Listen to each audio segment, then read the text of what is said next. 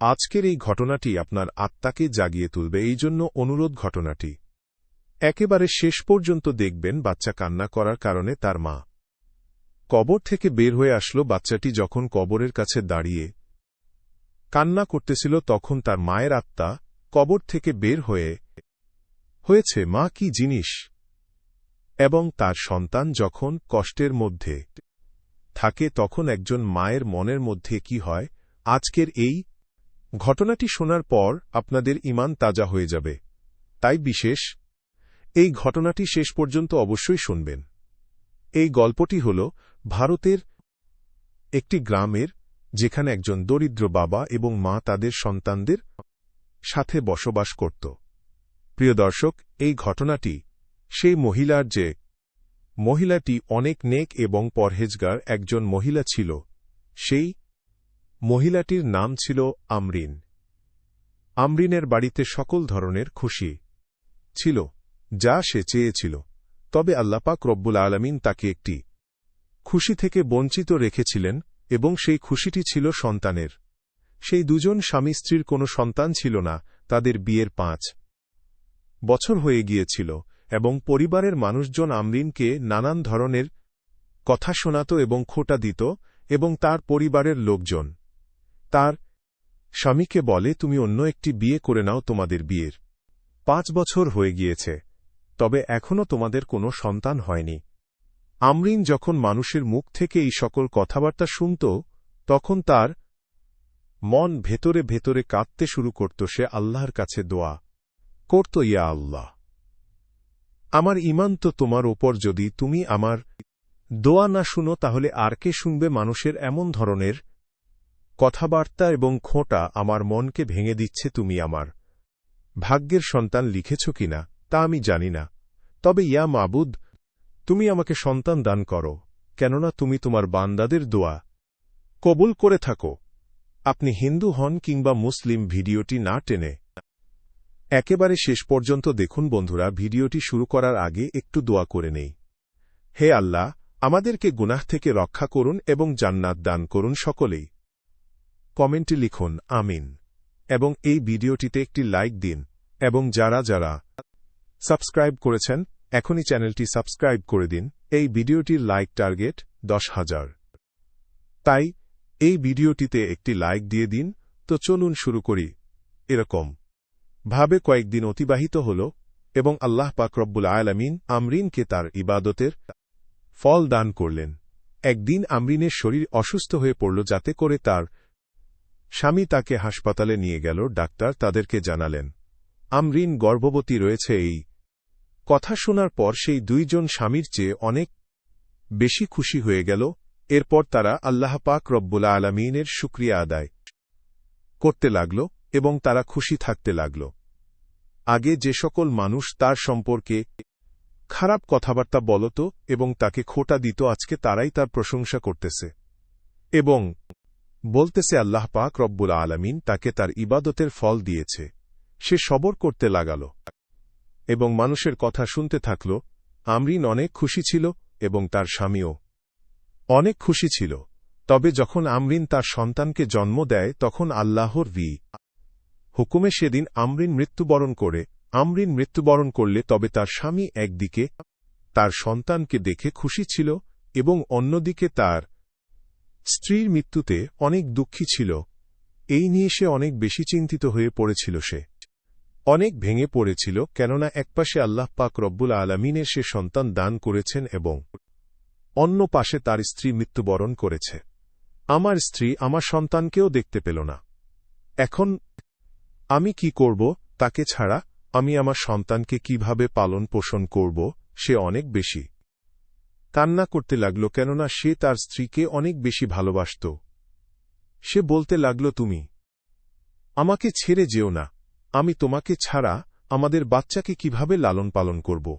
তবে কি আর করার, ভাগ্যে যা লেখা ছিল তা নতুন স্ত্রী নিশ্চয়ই তার ছেলের ভালোভাবে দেখাশোনা করবে, আর এরপর থেকে আমাকে চিন্তাও করতে হবে না যে আমার সন্তান বাড়িতে একা রয়েছে। যখন সে বিয়ে করে, তখন সে সেই মেয়েটিকে বধূ সাজিয়ে নিজের বাড়িতে নিয়ে আসে। সে বিয়ের প্রথম দিন তার স্ত্রীকে বলে, এটি হলো আমার ছেলে মুজাম্মিল। তার মায়ের মৃত্যুর পর থেকে আমি তাকে একাই লালন পালন করতেছি। তার জন্ম হওয়ার সাথে সাথে তার মাও মৃত্যুবরণ করেছিল। আমি তোমাকে এই কারণে বিয়ে করেছি যাতে করে তুমি আমার সন্তানকে নিজের সন্তান মনে করো এবং তার ভালোভাবে দেখাশোনা করো।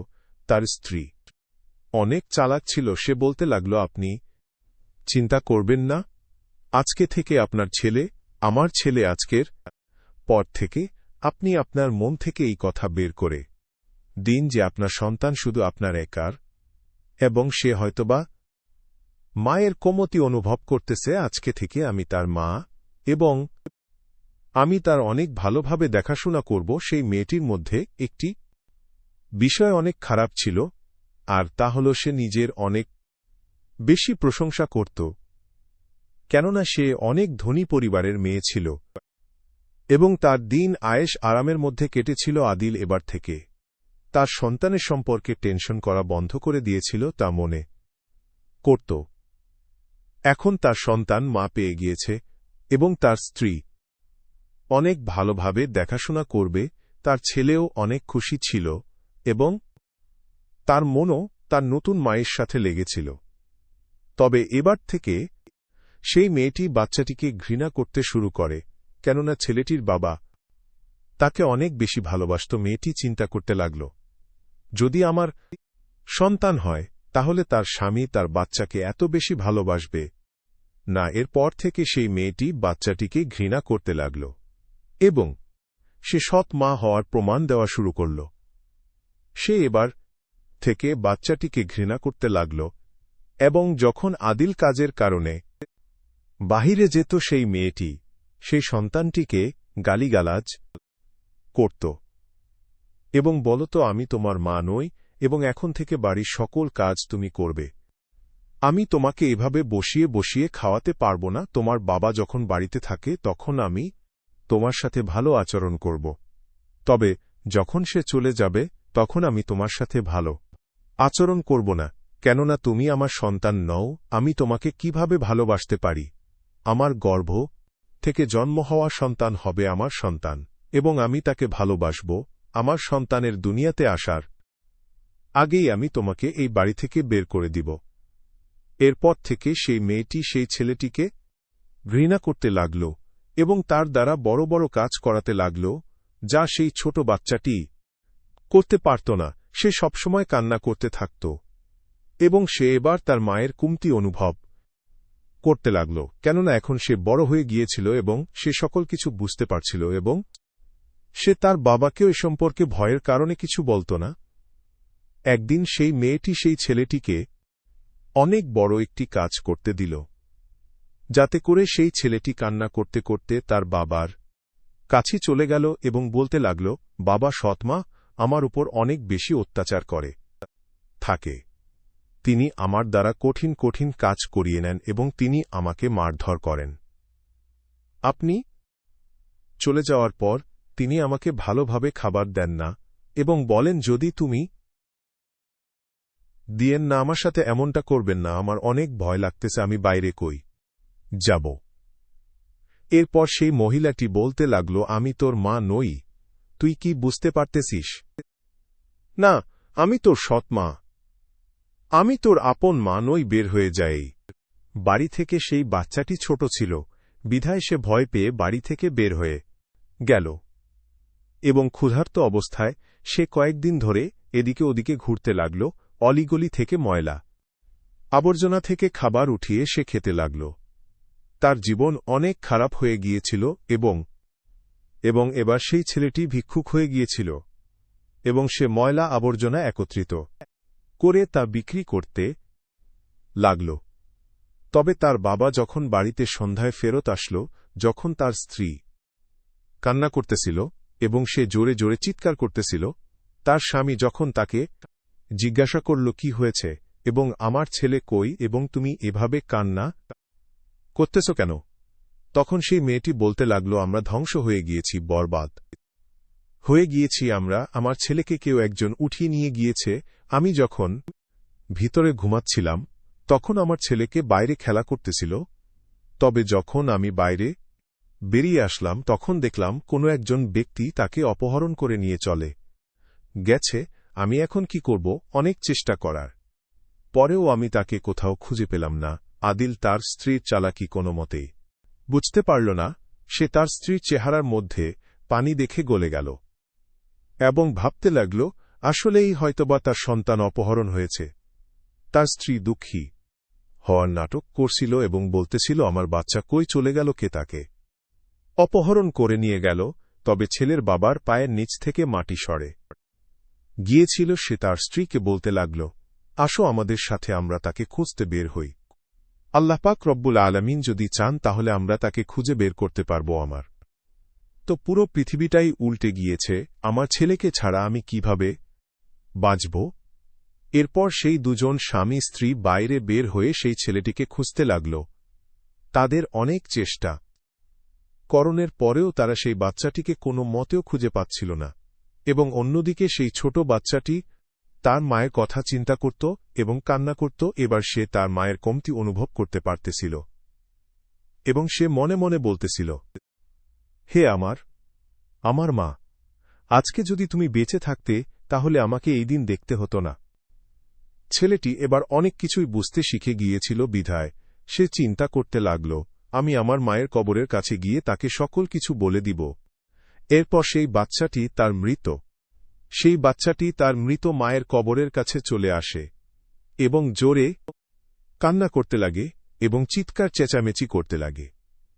ছেলেটির মনে হচ্ছিল যে তার মা হয়তোবা তার সকল কথা শুনতেছে, তাই সে বলতে লাগল, মা, তুমি আমাকে ছেড়ে চলে গিয়েছ, আর এদিকে তোমার ছেলেকে বাড়ি থেকে বের করে দেওয়া হয়েছে। আমার বাবাও আমাকে খুঁজতে আসেনি এবং আমার সৎ মা আমাকে বাড়ি থেকে বের করে দিয়েছে। তবে তুমি আমাকে ছেড়ে চলে গেলে কেন? মা তো সন্তানদের ছাদ হয়ে থাকে, মা থাকলে সন্তানদের কোনো অসুবিধা হয় না। তুমি চলে গিয়েছ বিধায় তোমার সন্তানকে বাড়ি থেকে বের করে দেওয়া হয়েছে এবং আমি অনেক দিন ধরে ক্ষুধার্ত রয়েছি। সন্তানের এমন করুণ অবস্থা দেখে আল্লাহ পাক রব্বুল আলামিনের হুকুমে সেই মায়ের আত্মা কবর থেকে বের হয়ে আসে। সেই বাচ্চাটি যখন তার চোখের সামনে তার মাকে দেখতে পেল তখন সে অনেক বেশি খুশি হয়ে গেল। সেই ছেলেটি তার মায়ের গলা জড়িয়ে ধরে এবং তার মাও তার সন্তানের কষ্ট অনুভব করতে পারতেছিল এবং আল্লাহ পাক রব্বুল আলামিনের হুকুমে সেই মা সন্তানের সামনে এসে দাঁড়িয়েছিল। বাচ্চাটি তার মাকে জড়িয়ে ধরে অনেক জোরে জোরে কান্না করতেছিল। বাচ্চাটি তার মার সামনে তার মনের কষ্ট প্রকাশ করতেছিল। সে বলতে লাগল, আমার বাবা দ্বিতীয় একটি বিয়ে করেছে এবং নতুন সৎ মা আমাকে মারধর করে বাড়ি থেকে বের করে দিয়েছে। মা, আমি আর বাড়িতে ফেরত যেতে চাই না, আমি তোমার সাথেই থাকতে চাই। সেই বাচ্চাটি তার মাকে সকল ঘটনা বলতে লাগে এবং তার মা এই সকল কিছু শুনে কান্না করতে লাগে। কেননা মা তো মা, এখন সে দুনিয়াতে থাক আর না থাক, মায়ের আত্মা তার সন্তানের কষ্ট অনুভব করতে পারতেছিল। এইভাবেই আমরিন আল্লাহ পাক রব্বুল আলামিনের হুকুমে তার বাচ্চার কষ্ট অনুভব করতে পারে এবং তার সামনে হাজির হয়ে যায়। অন্যদিকে সেই ছেলেটির বাবা তার সন্তানকে না পাওয়ার কারণে অনেক বেশি দুঃখী হয়ে পড়েছিল। সে তার কথা চিন্তা করতে লাগল এবং বলতে লাগল, হে আমরিন, তুমি চলে গিয়েছ, তবে তোমার সঙ্গে করে তুমি সকল সুখ শান্তি নিয়ে গিয়েছ। তুমি আমাকে আমার সন্তান দিয়ে গিয়েছিলে, তবে সেও এখন হারিয়ে গিয়েছে। কোথায় চলে গিয়েছে তোমার সন্তান? ফেরত চলে আসো, তোমাদেরকে ছাড়া আমার মন বুঝতেছে না। এবার সেই চালাকি স্ত্রীও বুঝতে পারল যে তার স্বামী তার সন্তানকে অনেক বেশি ভালোবাসে এবং সে সেই সন্তানকে বাড়ি থেকে বের করে অনেক বড় ভুল করেছে। সে চালাক স্ত্রী বলতে লাগল, আপনি চিন্তিত হবেন না, আমাদের নতুন সন্তান আর কিছুদিনের মধ্যে দুনিয়াতে চলে আসবে। তবে কোনো কথাই আদিলের উপর কার্যকর হচ্ছিল না। সে কোনো কিছুতেই খুশি হতে পারছিল না। সে সবসময় দুঃখী হতে থাকল এবং সে কাজ করা বন্ধ করে দিয়েছিল। সে সবসময় তার সন্তান এবং তার স্ত্রীর কথা চিন্তা করে কান্না করতে থাকত। একদিন যখন সে তার স্ত্রীর কবর দেখার জন্য কবরস্থানে গেল, তারপর সেখানের দৃশ্য দেখে সে কেঁপে উঠল, কেননা তার স্ত্রী এবং তার সন্তান কবরের ওপর বসে খাবার খাচ্ছিল। সেই সময় তার স্ত্রী ইবাদত করতেছিল, এবং সেই সময় সেই সকল কিছু নিজের চোখ দিয়ে দেখতে পারছিল। প্রথমে তো সে মনে করেছিল সে হয়তোবা কোনো স্বপ্ন দেখতেছে, তবে এটি স্বপ্ন নয়, বরং সত্যি ছিল। এই দৃশ্য দেখার পর তার চোখ দিয়ে পানি বের হয়ে গেল। হিম্মত করে সে তাদের কাছে গেল, এবং সেই বিশেষ পথ আত্মাটি সেখান থেকে গায়েব হয়ে গেল। তবে সেই বাচ্চাটি সেখানে উপস্থিত ছিল। ছেলেটি বলতে লাগল, বাবা, তুমি আমার বাবা নও, তুমি এখান থেকে চলে যাও। আমি এখন আমার মায়ের সাথে বসবাস করি। তোমার দ্বিতীয় স্ত্রী আমাকে বাড়ি থেকে বের করে দিয়েছে। সৎ মা আমার উপর অনেক অত্যাচার করেছে। সে তোমাকে মিথ্যা কথা বলে ফাঁসিয়ে রেখেছে। তবে আমি এখন আমার মায়ের সাথে বসবাস করি। তিনি আমাকে অনেক ভালো খাবার খাওয়ান এবং আমাকে অনেক আদর যত্ন করেন। তবে আমার সৎ মা আমার সাথে সদ্ব্যবহার করতেন না। সেই ছেলেটি সকল ঘটনা খুলে বলে, এবং সেই সকল কথা আদিলের মনের মধ্যে তীরের মতো লাগতেছিল। আদিল বুঝতে পারেনি তার স্ত্রী এত মিথ্যুক এবং বজ্জাত একটি মহিলা হবে। এরপর আদিল অনেক রাগান্বিত হয়ে যায়, এবং সে তার ছেলেকে নিয়ে বাড়ি ফেরত চলে আসে। এবং সে তার দ্বিতীয় স্ত্রীকে বলতে লাগে, হে বজ্জাত মহিলা, তোমার কি একটুও লজ্জা করল না? তোমার মন কতই না কঠোর। তুমি আমার সন্তানের সাথে এমন অত্যাচার করতে পারলে? তুমি তো মা হতে চলেছ। তবে তুমি কি কখনো চিন্তা করনি যে এই বাচ্চাটিও এক মায়ের বাচ্চা? তুই এমনটা কিভাবে করতে পারলে? এখন থেকে তুমি আর এই বাড়িতে থাকবে না। আমি তোমাকে এখনই তালাক দিচ্ছি। তোমার গর্ভ থেকে যে বাচ্চা জন্মগ্রহণ করবে সে আমার হবে। তবে তুমি কোথায় বের হয়ে যাবে যাও তা আমার দেখার বিষয় না। তবে আমি তোমাকে তালাক দিচ্ছি এবং আমার জীবন থেকে বের করে দিচ্ছি। চলে যাও এখান থেকে, এবং আমাকে আর আমার সন্তানকে শান্তিতে জীবনযাপন করতে দাও। আল্লাহ পাক রব্বুল আলামিন তোমার সকল শত্রু ঘটনা আমার সামনে এনে রেখে দিয়েছেন। এরপর আদিল তার স্ত্রীকে বাড়ি থেকে বের করে দেয়, এবং সে তার সন্তানের সাথে বাড়িতে সুখে শান্তিতে জীবনযাপন করতে লাগে। তারা সকল পুরাতন দুঃখ ভুলে যায় এবং নতুনভাবে জীবনযাপন করতে শুরু করে। তো বন্ধুরা, এই ছিল আমাদের আজকের ভিডিওটি।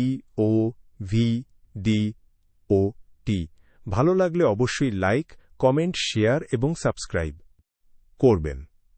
এবং ভিডিওটির বিষয়ে আপনাদের যদি কোনো মতামত থাকে তাহলে অবশ্যই কমেন্ট করে জানাবেন। দেখা হবে পরবর্তী ভিডিওতে। আল্লাহ হাফেজ।